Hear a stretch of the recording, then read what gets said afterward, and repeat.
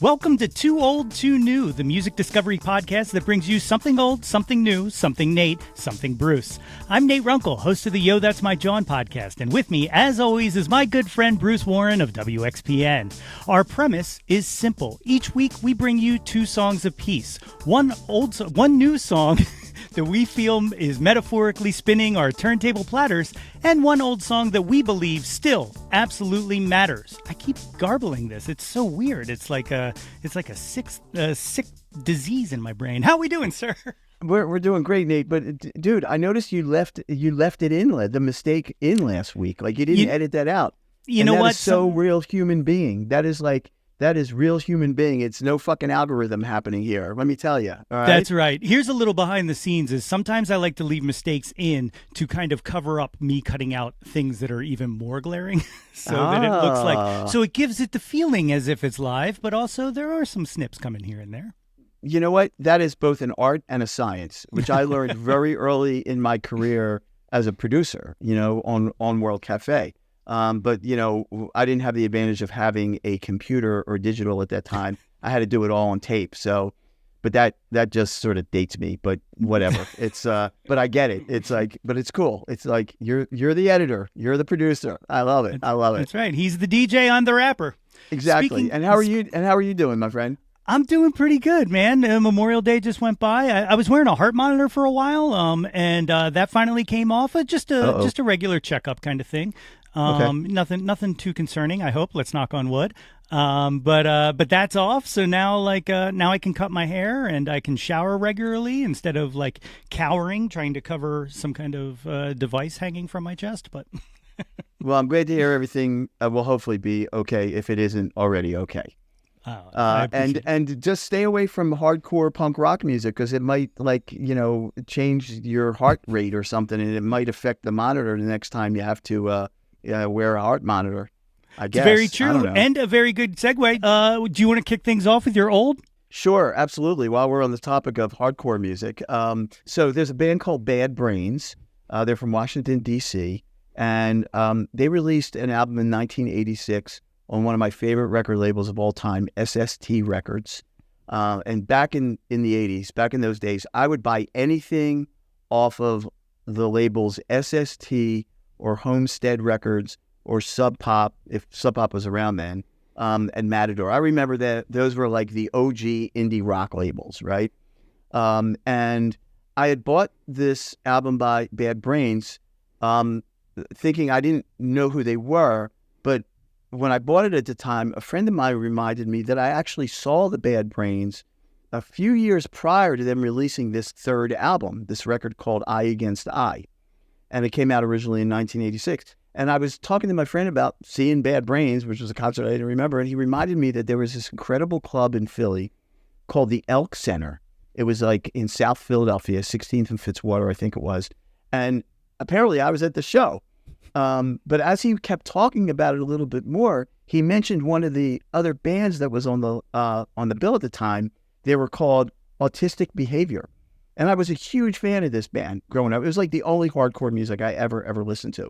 But I didn't think anything about Bad Brains until a few years later, this record comes out. A friend of mine goes, Bad Brains, man, you got to check out this record. And I was like, they were not to my liking at the time. I wasn't a big hardcore fan, although I got punk rock.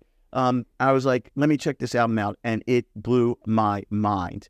There was reggae, there was funk, there was hardcore, there was punk. And to this day remains sort of one of my favorite albums. Anyway, the album has been reissued. Hooray! For even harder hardcore. So the band's a four-piece. If you're not familiar with them, it's guitar, bass, and drums. And HR, their lead singer, just growling away. His real name was Paul Hudson. They had a bassist named Dr. No. I mean, come on. How cool is that? Just having somebody in a band that has a secret name of some sort. And I remember listening to this record and really taken to sort of outer space. I'd never heard a mix of that kind of music like that before that. So here you go. Eye Against Eye. I'm going to play Reignition because this song is still the jam. All right. That's Bad Brains, an amazing rock and roll band. from an album that they put out in 1986, recently reissued, album called Eye Against Eye, and Reignition just fucking takes off. Beautiful stuff. So two things on that. One, for anybody who knows, and I always have to be this guy, sampled in Chubb Rock's Daddy's Home. And two, you mentioned the elk. I'm so glad you mentioned that because I don't know if you've ever talked to Nancy Burrill, who wrote this amazing book called "I'm Not Going to Hold Your Coat," I think is what it's called. But it's a memoir, but it's about the early '80s punk and hardcore scene in Philadelphia, and it's absolutely phenomenal. She was a former guest on Yo, That's My John, and big Bad Brains fan. So shout out to Nancy for that. But definitely check that book awesome. Out. That's awesome. I'll check the book out, but I'm definitely going to check out the episode of your show. Do you remember what episode it was? No, I'm just kidding. I'll go through the list. I'll go through the listing. I'll go through the listing. As a matter of fact, who knows? Maybe we were both at the Bad Brain show together. That's what I was going to get at. Is time. She almost certainly was there if you were there, especially at the Elk. I think she said she pretty much lived there. But some great stories about early Phillies. The Elk was a place. Let's just put it that way. It was great. It was really great. It was seminal at the time, without a doubt. All right, what you got, Nate? All right, for me, I'm going to take it back all the way to 2002, not too long ago, but also seemingly very long ago. And this album and song came out shortly after 9/11. At the time, I was working at Sam Goody, and we got a promo copy of this. And the second I put it in the player, I don't think it left for a very long time until I took it home with myself because I was just obsessed. And the album is called The Colored Section. The artist is Donnie. And this album just absolutely, it's a neo soul album, and absolutely just fills me with the same kind of joy that like Songs in the Key of Life fills me with. It's got a very strong Stevie vibe. As a matter of fact, Songs in the Key of Life was one of his influences for the album, as was What's Going On by Marvin Gaye, who happened to be his cousin, though he never met. So the song from it that I've selected is Cloud 9, which I think is like track 3 on the album, and I feel like perfectly encapsulates how amazing this is. So let me play a little bit of Cloud 9 by Donnie. So that is Cloud 9 by Donnie. And it's one of those albums that like I've brought up to people and they didn't even know existed. And the second I play them, they're like, why did I never hear this? And it's confusing to me as well, because it's just stellar from start to finish and has Billy Preston on it. It has Billy Preston on it. Well, I'll tell you, there's some Stevie-isms there, but he's got a unique sort of voice. However, I will say it takes a lot of bravery to record a song called Cloud 9 that isn't by the Temptations. That isn't by the, yeah. Very much. It's called, the same song title, different song now, clearly. That was sort of my point. Like, yeah, right? Like that, I mean, come on. Cloud 9 by the Temptations, one of the greatest songs of all time. And Donnie with Cloud 9, his own Cloud 9, which sounded pretty damn good there. So that's a good choice. I love it. You know, one of the things I almost picked, but I couldn't figure out if it was a new or an old, and this is a chance for us to kind of mention this on air, is I'm sure you've heard by now the Little Steven version of Are You Gonna Run by Low Cut Connie. And the reason I bring that up is because the Connie Club starts this weekend on WXPN. Tell these people a little bit about it.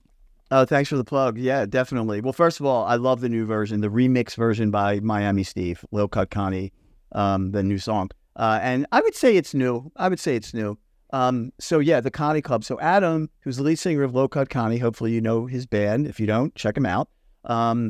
Came to us and said, I want to do a radio show. And we kind of had a back and forth. And so yeah, it's sort of like an entertainment show. It's a 10-week summer special. I do not commit to anything permanently anymore. So we're going to roll it out. We'll see how it sounds. I have heard the first episode, and let me tell you, my friends, if you're into music, you do not want to miss it. And in case you do, we'll be archiving it on our website. And he's just got it. He's got it. He's a great entertainer in a live setting, but Adam is just a fantastic jock. So looking forward to the rollout of that. And thank you for bringing it up. It's funny you mention it because about him having it, because when we talked on the show, I had said to him, I was like, after Tough Cookies, how has no one like backed the truck up to you trying to get you to host a show, like a variety show or something like that? And he was like, something might be coming along the way. And then it was this, and I was like, oh my goodness. So yeah, we've been talking about it for a little while. He actually did 4 episodes for the radio station, The Current. It may have been pre-pandemic, but he really wanted it to be on his hometown favorite radio station. That is WXBN. Thank you very much. And so we spent some time. So yeah, and it's a variety show. He drops new music, old music. He's got interviews on it. First interview, I will tell you, is a very short interview, but it's worth a listen, with the legendary Frankie Valli. Hell yes. Okay? That's amazing. So I will just leave it at that.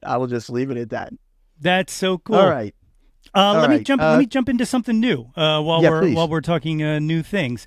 And this song is by an artist named the band is Enrose, all right, but the artist in question is Gabby Rose. She's a saxophone player. From what I understand, has a bit of a TikTok following or whatnot. Most notably, she is the touring saxophone player for the Jonas Brothers. Okay, and she just released an EP recently called My Happiness, and it absolutely screams. And the reason why I picked a song called Therapy, and the reason why I picked it, and the reason why I bring her up, and she's my selection for something new, is, my God, have I missed the saxophone in pop music. And I don't know why it went away. We were spoiled in the 70s and we didn't even know it. And then all of a sudden it disappeared. Didn't hear it again until Lady Gaga let Clarence blow some horn on one of her songs. And then it disappeared again. So what I'm hoping is that Gabby is able to bring back the saxophone. But here's a little Therapy by Enrose. Oh, my God. Whoa. The sax is back, my friends. The sax is back big time. Wow. I need to hear more of that. I'm totally going to check out more of this song. It's incredible. The whole EP is great. She's got like a pop kind of R&B kind of bend to her stuff, and it all, I mean, just searing solos. She also plays some flute on the album and stuff. It's absolutely fantastic. So check out the EP My Happiness and that song Therapy. Wow, that's really good. You know what that reminds me of? It reminds me of Who Can It Be Now? Yes. By Men at Work. It kind of reminds me. Has that vibe. And wait a second. She said, Gabby, they send it through some kind of effects thing, right? Did I hear that? You definitely heard that. Yeah. All right, she rocks, man. She's making the sax cool again, and let's bring the sax back. That's all I'm saying. All right. Well, we'll keep our eye on that one. Okay. My something new this week falls sort of in alignment with the Lemon Twigs. It's poppy, it's soulful, it's really very well crafted, and it's by an artist named Ginger Root, who is from Huntington Beach, California, or so their bio says. It's actually one person, a multi-instrumentalist singer-songwriter named Cameron Liu, and he self-described his music as aggressive elevator soul. I'm not exactly sure what that means, but you decide for yourself, because we're going to listen to this very cool new tune called No Problems. Amazing. I'm waiting for some dancing twins to come out. Like, yeah. Just like, the song is so uplifting. It's a badass tune, man. It is just like, it just sits in that pop lane, but it's kind of quirky and kind of wobbly, which is why I really dig it. So I'm looking forward to hearing more from this new record. It'll be out in September. Again, Ginger Root's the artist, and that's a song called No Problems. That was a brand new one for me, and I was so excited to hear it once it started playing. Like, obviously, that's like right in my wheelhouse, and that is everything I want. And to find out that it's just one guy, again, much like the Lemon Twigs, just being two guys. Like, I don't understand how much talent can sit in one or two people to be able to create something that sounds like it's like a whole band or horde of people kicking it out. Exactly right. Hey, speaking of Horde, you know what I saw come out today? Do you remember Horde? Horizons? it was like a jam band phenomenon. What did Horde stand for? Do you remember? I will never remember the abbreviation. But what's really funny is someone just referenced seeing Blues Traveler at Horde yesterday, literally yesterday. So how the hell did this come into the conversation? Okay, so I had to bring this. I had to check it out. Horde stands for Horizons of Rock Developing Everywhere. Yes. That's pretty good, right? It's beautiful. Right? That was a great fest. And, the reason why I bring up Horde is because a early proto jam band, if you will, however you want to freaking categorize, God Street Wine. Do you remember that band? I do. God Street Wine? And I haven't thought about them in forever until you just said it. Yeah, you and a lot of other people, my friend. Anyway, they were part of the Horde ecosystem. Anyway, they just released a new song today, and I almost dropped it. No way. But for those of you who are, in the jam band continuum, and you want to know what the heck God Street Wine are up to, new song. It's called Christy Shot a Puppy. So there you go. You can kind of guess the lyrical content from the title of the song, but it's worth checking out. That's awesome. Hey, here's one thing I want to throw out to you and to everyone else listening. You know a lot of musicians, right? In your travels, and I know a lot of musicians. How has none of our musician friends offered to write us a theme song yet? That's a good question. We're putting the call out now, I guess, right? That's exactly what I'm doing. I'm laying down the gauntlet. I want to hear a theme song for Too Old, Too New. So musicians out there, send us your best stuff. You can send it to tooldtoonewmusicpod@gmail.com. We have an email address, it seems. I'm glad you reserved it because I had nothing to do with that. All right, dude. All right. Always great to hang. And I'll see you down the road somewhere. Maybe it's at the next Horde Fest reunion. Or whatever. Probably not. That's right. And guys, don't forget, you can follow us on the socials. I'm at Yo That's My John on everything. Bruce is at Some Velvet Blog on everything. You can hear Bruce every Saturday from 10 a.m. to 2 p.m. on WXPN. And you can hear me every Monday from 5 to 8 on Why Not Radio, plus the Yo That's My John podcast. I will also throw this out. If you're listening to this on Spotify, we put polls up now. And you can vote on what your favorite song of each episode is. And I didn't announce it before, but before even announcing it, people have been voting, and Bruce, you're kicking my ass. So that's good. That's good. That's all right. We'll kick each other's ass. That's how we rise up. We kick each other's ass, and we rise up. I love it. All right, sir. All right. I will see you next time. See ya. Bye.